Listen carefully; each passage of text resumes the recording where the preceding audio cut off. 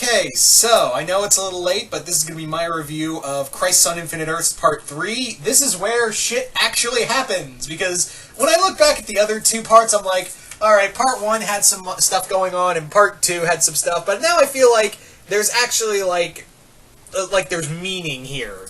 The problem is that, you're trying to do one of the most epic events in comic book history on a TV budget, and I respect that, I really do. But, yeah. Also, if you came here in hopes that the other cameos were going to be bigger than what they were, yeah, that didn't happen. And it's very evident with, what we had in,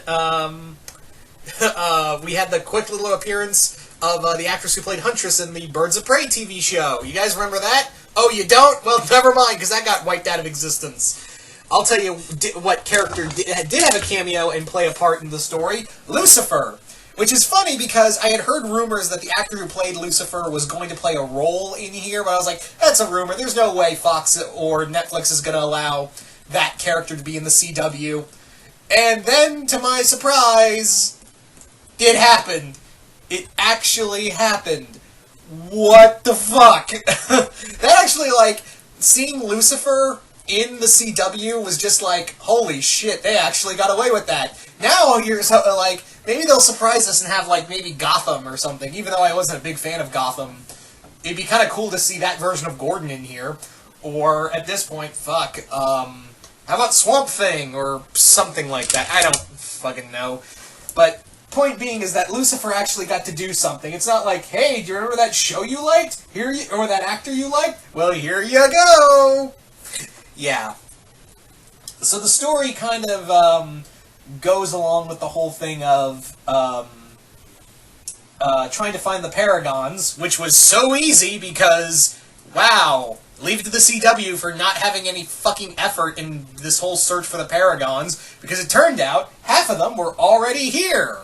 And it was kind of cool to see Ryan Choi, though, and it looks like he may be taking over as the Atom in the near future. But still, it was kind of fun to see Ryan Choi in here. But I was like, really? There was half the Paragons already, and you had them all in the ship already? And that was really, this whole quest for the Paragons was really, just kind of null and void. Especially with what happens at the end. I also like the whole story of Diggle, Constantine, and Oliver's daughter looking for a way to save his soul, and how they do it is, of course, going to Lucifer and being like, hey, kinda need your help. And, again, it was kind of cool to see that Lucifer interacting with the DC CW universe. You'd never thought you'd see that. And they actually reference something that went on the CW series for Constantine. They actually, when CW did a little mini-series for Constantine, they actually, directly reference something that, in here. So I was like, okay, that's cool. That was pretty neat. But yeah, I really like that. But again, it was just like, okay, we got our, another cameo. Thank God they actually do something, but whatever.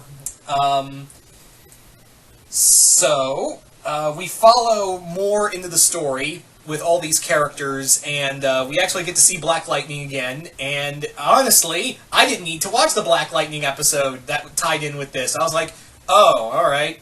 I mean, I'm not saying Black Lightning's a bad show, I just never watched it, and I thought that it was going to be important for this episode. I legit thought it was going to be important to watch this, but I was like, oh, Pariah just got him and then brought him here. Alright, that's all I needed to know.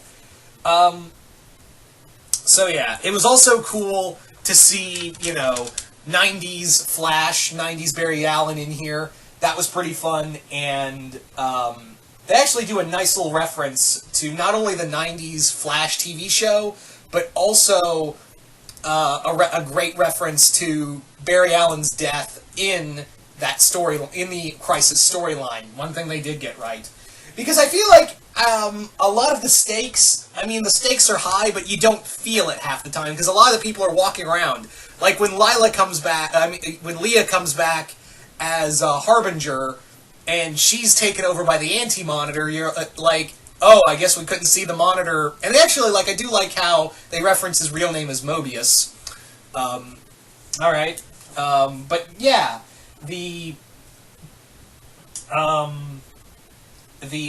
What was I gonna say? Yeah, I was like, wow, way not to have the, use the Anti-Monitor too much, or, because you paid so much for that makeup and what have you. So, yeah. I doubt we'll get much of the Anti-Monitor in, the finale, even. And I know I sound like I'm coming down on this, but the more I thought back on these 3 parts, while there are some cool moments in here, and part 2 with, Brandon Routh Superman, I'm starting to slowly realize they're just not doing anything with this. It's just like, hey, remember that time this character was here in CW? Or do you remember that time? Yeah, those were good times. Bye now. That's what it feels like, honestly.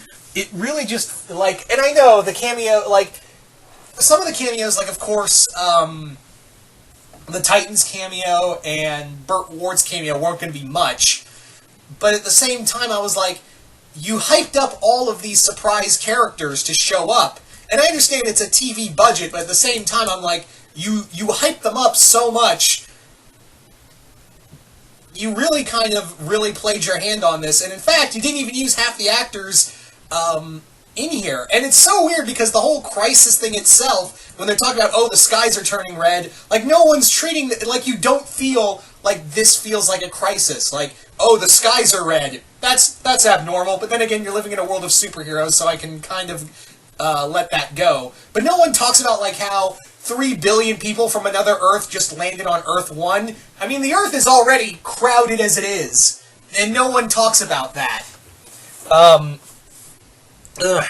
don't know, maybe I'm just asking too much for this. I will say that I was kind of surprised that we just have Jim Corrigan just show up out of nowhere and make Oliver the new Spectre. Which, funny enough, is actually something a lot of people were predicting for Oliver after the end of Arrow.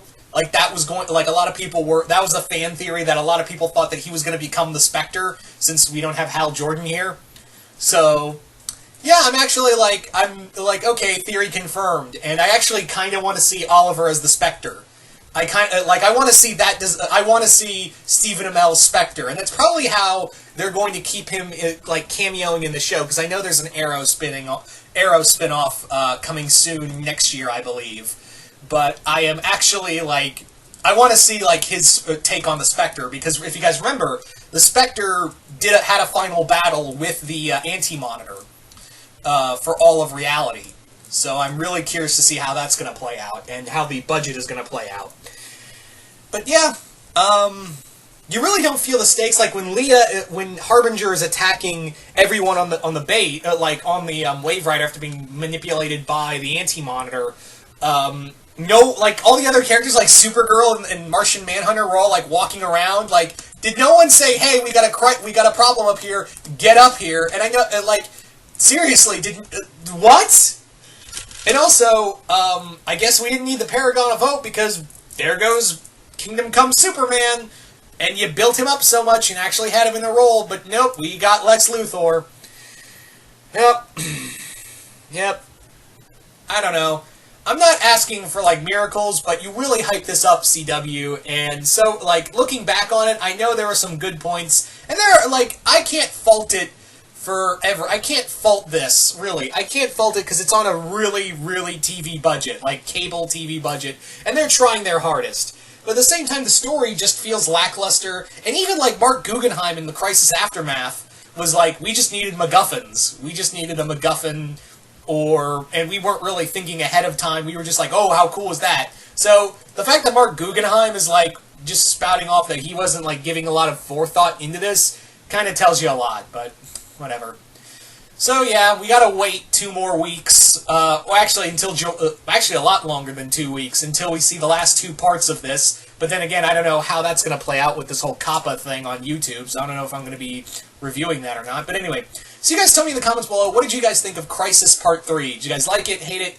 Comment below, let me know. And once again, hope you all enjoyed this, and I will see you guys later.